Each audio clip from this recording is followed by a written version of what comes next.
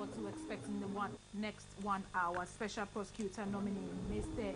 Kisie Jabeng grilled by Appointments Committee of Parliament. Veterinary service destroys 600 pigs in KPONE Katamanso following outbreak of African swine fever.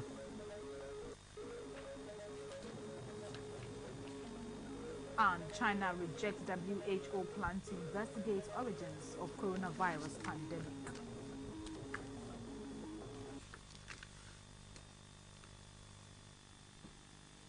Hello, good evening. Welcome to News Hour live on GBC News.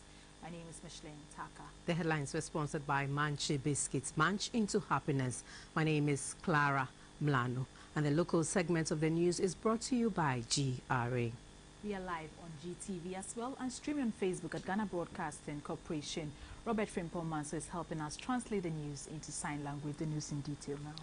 The Special Prosecutor nominee, Mr. Kisie Jabeng, has refuted claims that he was involved in the Japa deal and was also a surrogate for a law firm linked to the transactions. Reacting to questions from members of the Appointments Committee of Parliament during his vetting, Mr. Kisie Jabeng also shared his views on conflicts of interests and declaration of assets by public officials. I chanced upon an article written by a man who would be your predecessor if this committee gives you the nod. In it, he says that Mr. Kisie Jabeng is a surrogate of a law firm. Then he goes on to further implicate you as one of the key architects of the Ejapa, the botched Ejapa royalties transaction. Now, if you juxtapose these allegations with the role of special prosecutor as an entity that ought to be independent, you have your would-be predecessor, that is if given the nod, describe you in such language. Honorable nominee, what is your take on this? Whoever says I'm a surrogate of a law firm or implicates me in the Japa transaction clearly does not know me, because if you know me, you wouldn't make such allegations. And so all these things that came up, I took it as coming from uninformed positions, because I was not involved in the Japa transaction in any form or manner, by any stretch of the imagination, however fertile. I wasn't involved in the deal. I was nowhere near it. Indeed, until it started coming up, I didn't even know what it was. For the record, that is the truth. And so I'm no one surrogate. As I said earlier, I'm my own man, and I prefer to wear my own shoes. If the law firm was named, it would have even been fair to me. But if you say I'm a surrogate of a law firm, clearly you don't know me. I run my own law firm. I've been running it since 2014 as a managing partner. I cannot be described as a surrogate of that law firm or any other law firm. The trial of the 3 persons arrested in connection with the death of a social activist, Ibrahim Mohammed alias Kaka, has been adjourned to August 4, 2021 by Anasukwa District Court. According to the court, the 2-week adjournment is to allow the parties to gather more evidence for the proceedings to continue. Our Ashanti Regional Correspondent Razak Papa Elia spoke with us about the mood in court.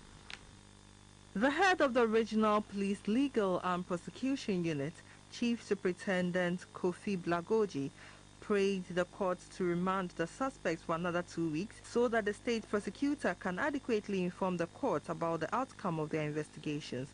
The presiding judge, Her Lordship Ms. Ekwia Edubuahin, entreated the police to fast-track their investigation so the court can make a decision. For the first time, one of the accused persons, Idi Mohammed, had a legal representation. There was heavy police presence at the court. Hussein Al-Hassan, Ibrahim Isaka and Idi Mohammed are facing charges of conspiracy to commit crime and murder. The Director General of the Ghana Health Service, Dr. Patrick Kumar Bwaje, says the threats of a third wave of COVID-19 in the country is real due to a gradual increase in positive cases over the past week, especially in the Greater Accra region and the Ashanti. As at July 18, 2021, Ghana's COVID-19 active case count stood at 3,618 with 818 deaths. Dr. Kumabwaji said there is a total disregard of the COVID-19 safety protocols across the country, especially the wearing of nose masks, which research reveals has reduced from 55% to 5%.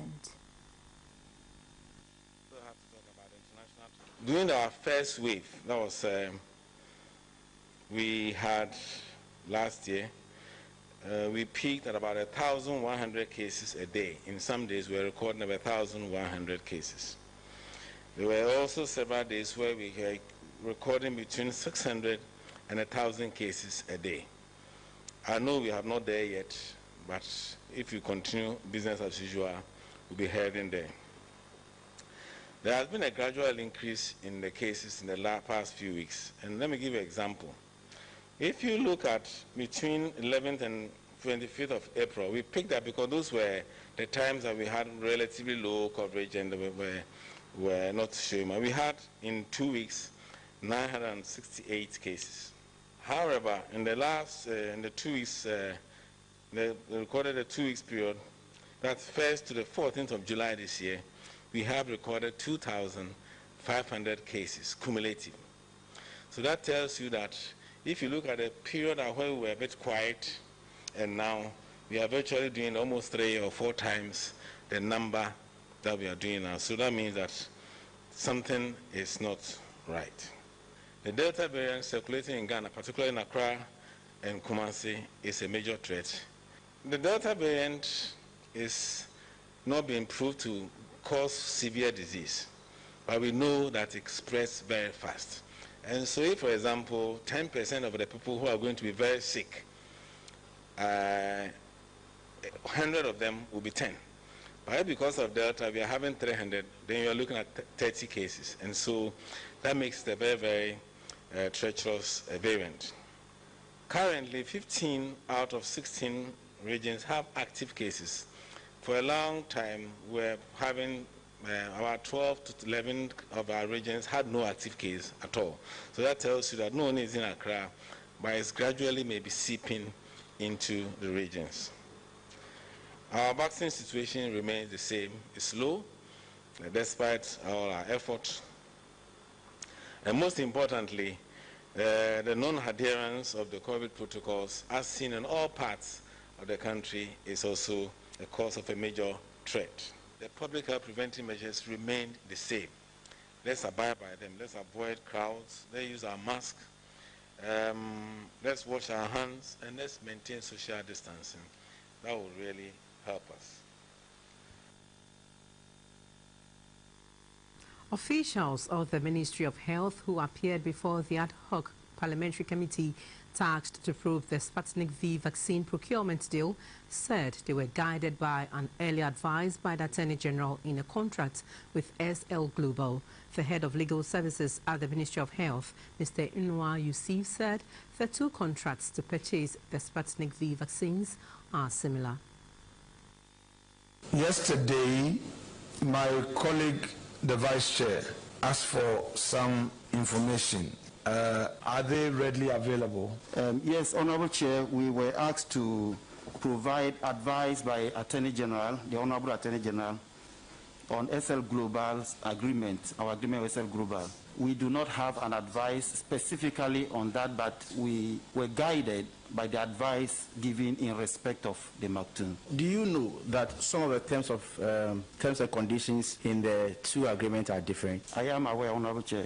So how can you use an advice in the SHIC, Attorney General's advice with regards to the SHIC contract to guide you in a contract that has different terms and conditions? The 2 contracts are very much similar, and the Attorney General has given us advice in terms of MACTUN, so we're going to be guided accordingly. I'm suggesting to you that you couldn't have relied on the advice of the AG because have a look at your Exhibits 1, 2, and 9. Your Exhibit 1 was signed on 9th of March 2021. Your Exhibit 2 was signed on the 16th of March 2021, and your Exhibit 9 was received on 19th of April 2021. And so you signed the contract with SL Global before the Attorney General's advice came. So you could not have relied on that advice before signing the contract. What do you say to that, sir? I did not say we relied on Attorney General's advice. What I am saying is that on the 10th, a day after we signed the agreement with Mactoon, we approached the Attorney General for advice. So subsequently, as Honorable said, we signed the agreement with SL Global. But because we had sent the advice with the Mactoon agreement, and for the fact that the circumstances were very similar, we were awaiting Attorney General's advice. So when it came, then we looked at the advice, and then we said we're going to be guided accordingly. That is what I meant with my explanation, Honorable Chair. So far, the Veterinary Service Department in the KPONE Katamanso municipality in the Greater Accra region has destroyed 600 pigs in the municipality following the outbreak of African swine fever in the area. The disease, which broke out some weeks ago, affected some pig farms in Saki, a community in the municipality. The Veterinary Service has established that the outbreak was as a result of unhygienic practices by some pig farmers in the municipality. The service has consequently restricted movement of pigs within the municipality to stop the spread of the virus. Officials of the Veterinary Service Department in the KPONE Katamanso municipality say about 3 weeks ago, they were notified by some concerned residents about pigs dying strangely in farms in the municipality and some of the farmers rushing their live pigs to the market for sale. Investigations and samples carried out on the pigs showed symptoms of the African swine fever. This led to the killing of over 300 pigs last weekend. Currently, the Veterinary Service has destroyed 600 of such pigs. The vet officers say, although the animals had been showing symptoms of the disease, the farmers refused to report to the department for prompt intervention, hence the high mortalities.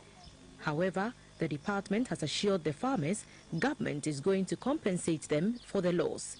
The Metropolitan Chief Executive of the KPONE Katamanso municipality, Mr. Solomon Apia, and some officials of the Veterinary Service Department have inspected some pig farms around Saki and other areas in the municipality.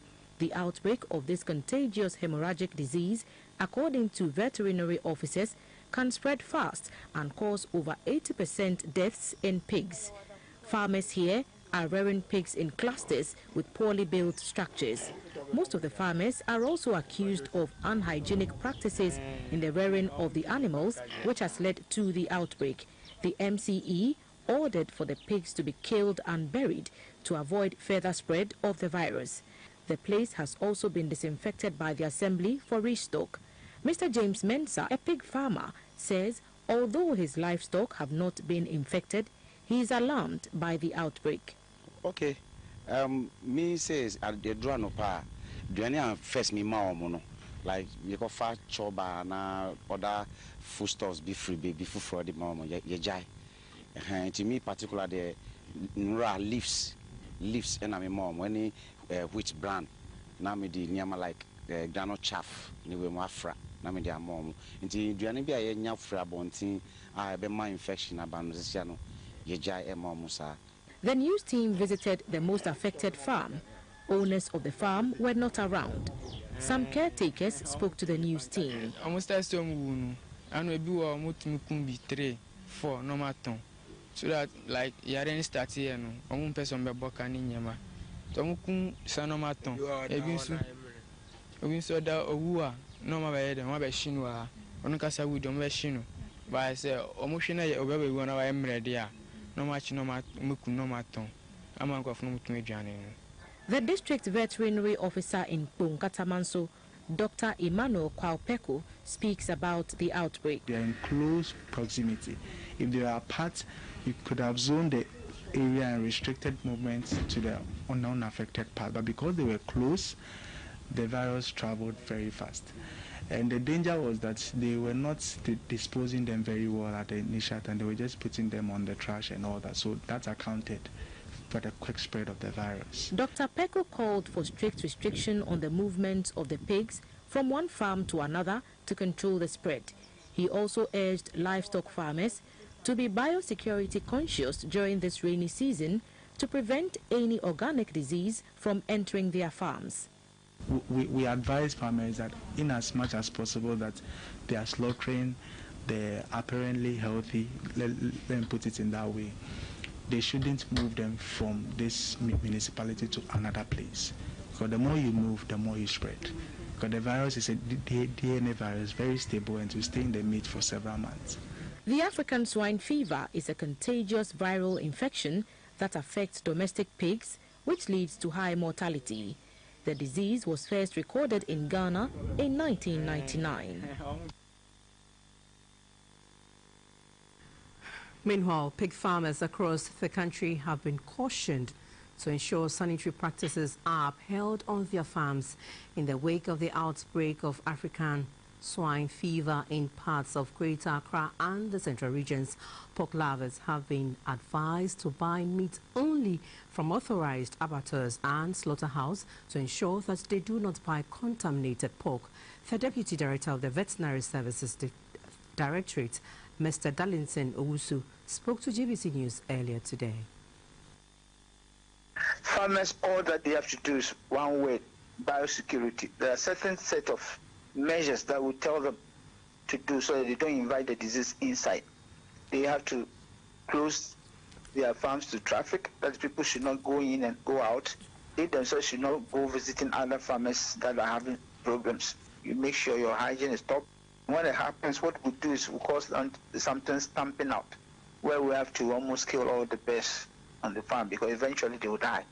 Swine too, we could have done something, but the thing is, you don't just go destroying them. You have to destroy them and also make sure you think about how to compensate them.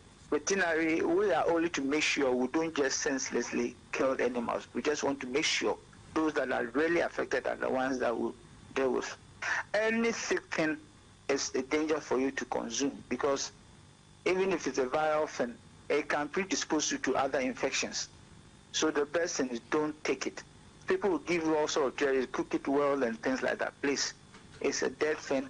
Allow us to deal with it. That's why don't go eating it. It's a danger if you take all those things.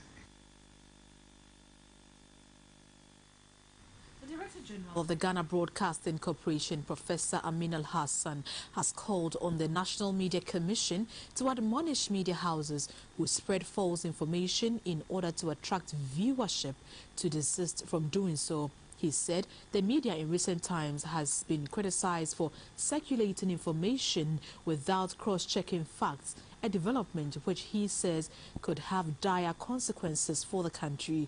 He therefore called on the Commission to institute measures to regulate and sanitize the media space. Professor Amin Al-Hassan was speaking on GTV's program What is Next on the topic Media and Decency. What today passes for decency 50 years in the past would never have been allowed. So there's a shifting, there's a process where at every milieu, society has to define what is decent. And the media, rather than being those who define the media, creates the space for moral voices and moral entrepreneurs to engage in a discourse that will define the boundaries. That is the whole idea. So any attempt to say this is, from my point of view, I would say, no. I would say, look, let us see if it is movies. What does the National Film Classification says about this movie and at this time? Then we obey it. Maybe time to come, they will revise the classification system, and then we'll do it. There has been some attempt recently, if you watch in the media scene, for example, once the Ghana Standards Authority enforced the time that you can advertise certain types of content on television. We saw that those alcohol beverages, the adverts, have shifted during the day from television to online. I don't know what the Ghana Standards Authority will say about online content. But if my phone, a smartphone, can give me the same content you have banned on television until after 8 p.m. or 9 p.m., what is the use? And the board chairman of the Ghana Broadcasting Corporation, Professor Emmanuel Adobin, has entreated the staff of GBC to think out more creative ways of doing things to rebrand the story of the corporation. He encouraged them to think fast and act fast to lead the industry. This was at a training program in Accra, organized for the workers by management of the corporation. The management of the Ghana Broadcasting Corporation, GBC, has organized the training program for the staff to wake up to the changing demands of the broadcasting industry today and improve their way of doing things. The chairman of the National Media Commission, Mr. Yabuedu Ayeboafo, encouraged the GBC staff to work as a collective body so they can serve the nation better and brighten the image of the corporation through excellent performance. The nature of the work we do is such that some will remain anonymous and others will be in the forefront. The fact that you are in the forefront does not make you a better human person than the person in the background, because it is the collective effort of every one of you. None of us can on his or her own be whatever that we want to be. I want to encourage you as GBC that we must work as a collective. Although each one of us has an obligation, there's a responsibility on every one of us to make sure that we contribute to the general welfare of the place. And it is out of our individual contributions that we can make it. The board chairman of GBC, Professor Emmanuel Adobin, called on the staff to be mindful of the mission and vision statement of the state broadcaster as they go about their work. It comes to media reportage. I think we should make everybody in this country take GBC seriously. And this is, it's not just for the commercial angle, it's not just for the commercial angle, but also to make our work so attractive, so interesting, that everybody, when you hear the news from GBC, you know that this is authentic. The Director General of GBC, Professor Amin Al-Hassan, explained what the training session is intended to achieve. This training program is simply to help all of us be on the same page, that there's going to be a paradigm change. The change has started. You are part of it. You are very important elements within the whole structure. Each one of us is a key element in the process of transforming GBC from bureaucracy to business. The training program is on the theme, transforming GBC from bureaucracy to business. You're watching News Hour live on GBC News. The West Africa Examination Council, WAEC, says it is instituting stringent security measures to ensure that the integrity of the 2021 West African Senior School Certificate Examination WASI is guaranteed. In an interview with GBC News, the head of public affairs at WAEC, Mrs. Agnes Tekuju, said 446,531 candidates are expected to write this year's WASI, which runs from August to October 8th. The WASI starts with the practical papers from the middle of August, and then the first theory paper, that is the English language oral, will be taken on the 1st of September 2021. The papers will end on the 8th of October 2021.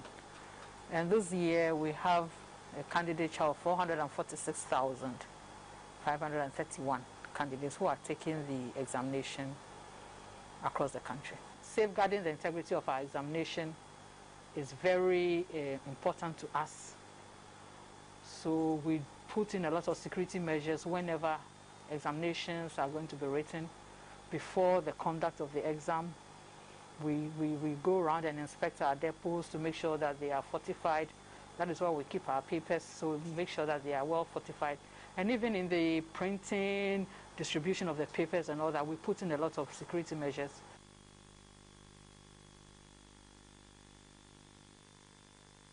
The West Africa Examination Council, WAEC, is warning parents and students against fraudulent persons at the council who extort huge monies from them under the guise of changing their results. In an interview with GBC News, the head of Science, Mathematics and Technical Subject Department, Mr. John Appiah, says the software at the council makes it impossible for any results change and that several institutions verify the results with the council. Our database is well protected. There are a lot of security features that have been put in place. You cannot easily change results in WAEC because the system is said that you can simply not do that because there are checks and balances in the system. But most of the time, it's people who parade themselves as officers of the council who have been doing these things. But I think our officers have been well trained. At any time they are briefed on what they are to do and what they are not to do, and then the consequences if they go against the rules of our engagement. They should be very careful about some of these people who parade themselves as officials of WAEC and then keep on defrauding candidates and even parents. Parents pay huge sums of money to have their so-called results of their candidates changed. But what they forget is that when these results are sent to the source, maybe to the university, to the training college, wherever, some of them come back to verify these results. And it's at the point of verifying that some of them realize that they have been actually cheated. So we want to plead with them to be careful and wary of some of these fraudsters.